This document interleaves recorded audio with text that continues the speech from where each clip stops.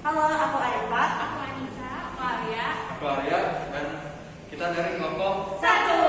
Jadi di sini kita bakal bahas hukum. Jadi apa sih hukum itu? Ada arus listrik, tegangan, hambatan, dan lain-lain. Untuk lebih dalamnya, yuk kita bahas bareng-bareng. Halo, jadi di sini aku bakal ngejelasin dasarnya dulu, apa itu hukum Ohm dan lain-lain. Tapi sebelum aku jelasin, aku bakal ngasih tahu tujuan kegiatan dan alat bahan yang kita gunakan. Nah, tujuan kegiatan yang kita lakukan itu, yang pertama adalah menjelaskan kuat arus listrik dan pengukurannya. Yang kedua, membuat grafik hubungan antara tegangan dan kuat arus listrik pada hambatan konstan. Yang ketiga, dapat mengetahui hubungan antara tegangan, kuat arus, dan hambatan. Yang keempat, memformulasikan hukum Ohm. Yang kelima, menjelaskan hukum Ohm. Dan yang terakhir adalah dapat menghitung kuat arus, tegangan, dan hambatan. Alat bahan yang kita gunakan tuh ada laptop, ada Labs LXDE, itu software, singkat aja dengan Virtual Lab, ada Canva, ada Zoom, ada Excel untuk membuat grafik. Langsung aja kita masuk ke materi. Nah, arus itu tuh ada dua, ada yang bolak-balik dan ada juga yang searah. Nah, arus bolak-balik ini disebut dengan alternating current atau disingkat dengan AC. Contohnya ada kipas angin, bisa kita lihat dia tuh alirannya tuh bolak-balik sehingga kipas anginnya bergerak. Dan ada arus searah yang disebut dengan direct current atau DC. Bisa kita lihat dia searah jalurnya dari awal sampai akhir tuh alurnya tuh searah. Nah, lanjut. Nah, sebenarnya apa sih yang mengalir dalam arus listrik itu? Nah, setelah kita coba, yang mengalir itu adalah negatif atau elektron yang mengalir dalam rangkaian tertutup ini. Jadi bisa kita lihat, yang mengalir di sini adalah elektron. Kita lihat lagi, coba. Nah, dia tuh mengalir setiap detiknya pada rangkaian yang tertutup. Jadi kita bisa dapat simpulkan dong, kalau kuat arus listrik adalah banyaknya muatan elektron, banyak muatan yang mengalir pada rangkaian tertutup setiap detiknya. Atau rumusnya I sama dengan Q per T, di mana I sama dengan kuat arus listrik, satuannya ampere atau coulomb per second, Q adalah muatan listrik, satuannya coulomb, T adalah waktu atau satuannya second, dan Q ini sama dengan N dikali E, di mana N adalah jumlah elektron, E adalah muatan elektron yang bernilai 1,6 dikali 10 pangkat minus 19 coulomb. Nah, jadi disimpulkan kan kalau kuat arus listrik itu adalah banyaknya muatan elektron yang mengalir pada rangkaian tertutup setiap detik. Kutub positif baterai adalah kekurangan muatan elektron, dan kutub negatif baterai adalah kelebihan muatan elektron. Nah, sumber arus listrik di situ ada apa aja? Ada energi kimia, contohnya baterai, energi matahari, panel surya, ada generator arus arah. Selanjutnya kita akan ngebahas tentang alat ukur arus listrik yang dijelaskan oleh teman saya. Di sini saya akan menjelaskan alat ukur. Yang pertama ada alat pengukuran kuat arus listrik. Alat yang dapat digunakan untuk mengetahui kuat arus listrik adalah amperemeter. Pada pengukuran kuat arus listrik, amperemeter disusun seri pada rangkaian tertutup. Di sini ada rumusnya ya. Hasil ukur sama dengan skala ditunjuk per skala maksimum dikali batas ukur. Lalu yang selanjutnya ada pengukuran tegangan listrik. Alat yang dapat digunakan untuk mengetahui tegangan listrik adalah voltmeter. Pada pengukuran tegangan listrik, voltmeter disusun paralel rangkaian tertutup. Rumusnya ini ada V sama dengan skala yang ditunjuk per skala maksimum dikali batas ukur. Lalu yang terakhir ada alat pengukuran hambatan listrik. Alat yang dapat digunakan untuk mengetahui hambatan listrik adalah ohmmeter. Pada pengukuran hambatan listrik, ohmmeter diukur dalam rangkaian terbuka dan dihubungkan dengan ujung resistor. Sini ada rumusnya. Hasil pengukur sama dengan angka skala dikali skala pemilih. Nah, sekarang saya akan melakukan percobaan menggunakan Virtual Labs. Apa sih Virtual Labs itu? Virtual Labs merupakan aplikasi yang bisa kita gunakan untuk membuat suatu rangkaian. Kita bisa melihat tegangannya, terus kuat arus, hambatan, juga elektron yang berpindah. Di sini kita coba keluarkan baterai. Di sini ada yang bermacam-macam. Saya akan coba pakai yang 6 volt.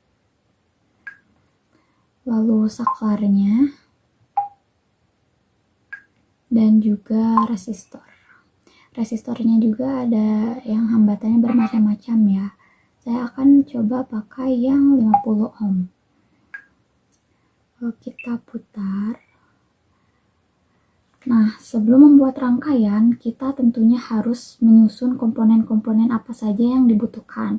Nah, komponen yang dibutuhkannya itu ada baterai, saklar, dan juga resistornya. Selanjutnya, kita hubungkan menggunakan kabel. Yang merah ini kabel ya. Kita ambil dulu.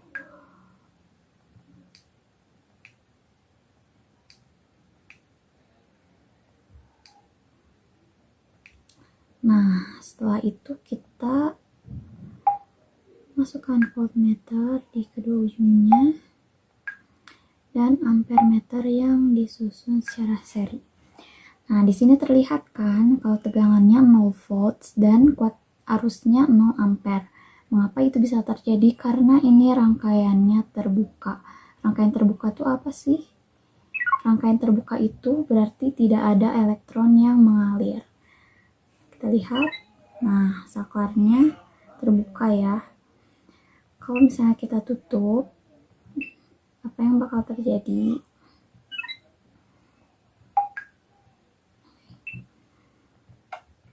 Nah, kalau misalnya kita tutup, elektronnya mengalir dari potensial rendah ke potensial tinggi. Dan dilihat tegangannya juga menjadi 6 volt dan kuat arusnya menjadi 0,12 ampere. Kita coba ganti baterainya jadi 12 volt.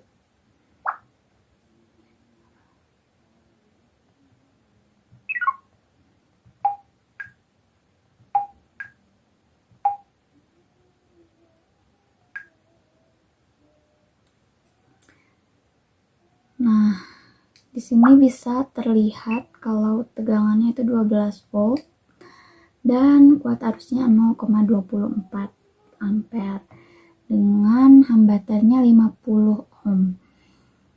Sekarang kita coba deh hambatannya diganti, resistornya jadi yang 100 ohm.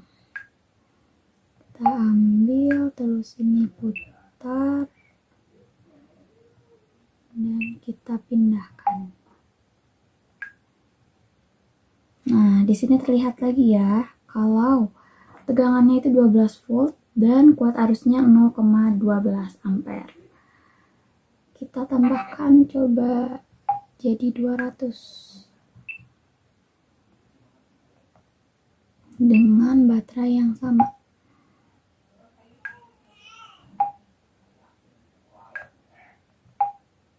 Pindahkan.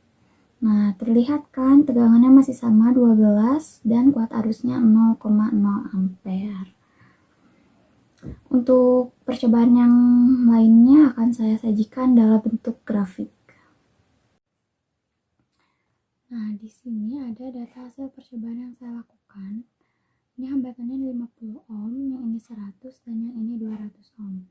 Untuk tegangan listriknya semuanya sama, pakai baterai yang 0,1 volt, 3 volt, 6 volt, 9 volt, dan 12 volt. Lalu di sini ada grafik hasil percobaan. Yang A ini yang nilai hambatannya 50 ohm, yang B 100 dan yang C 200 ohm. Dan yang ini perbandingannya. Jika kita lihat garisnya itu membentuk garis lurus yang pastinya memiliki kemiringan atau gradien. Gradien itu berarti delta Y per delta X. Dapat diartikan juga bahwa tegangan dan kuat arus itu memiliki konstan. Contohnya bisa dibuktikan pada percobaan yang A, tegangannya 6 volt, itu kuat arusnya 0,12. Jika dibagi 6 per 0,12 itu pasti menghasilkan 50 ohm.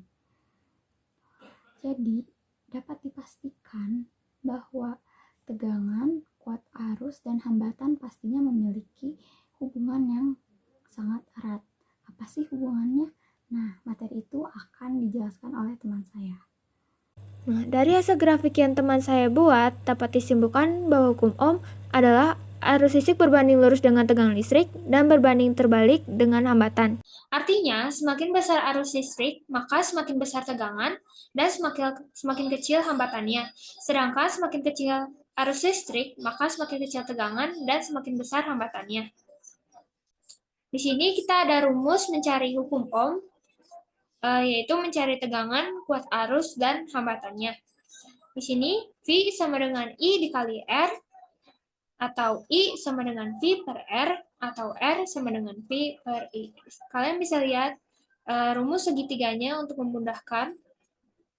V sama dengan tegangan, atau satuannya adalah volt, I sama dengan kuat arus, yang satuannya adalah ampere, dan R sama dengan hambatan, yang satuannya adalah ohm. Untuk lebih mengetahui tentang hukum Ohm, kita bisa langsung ke contoh soalnya aja.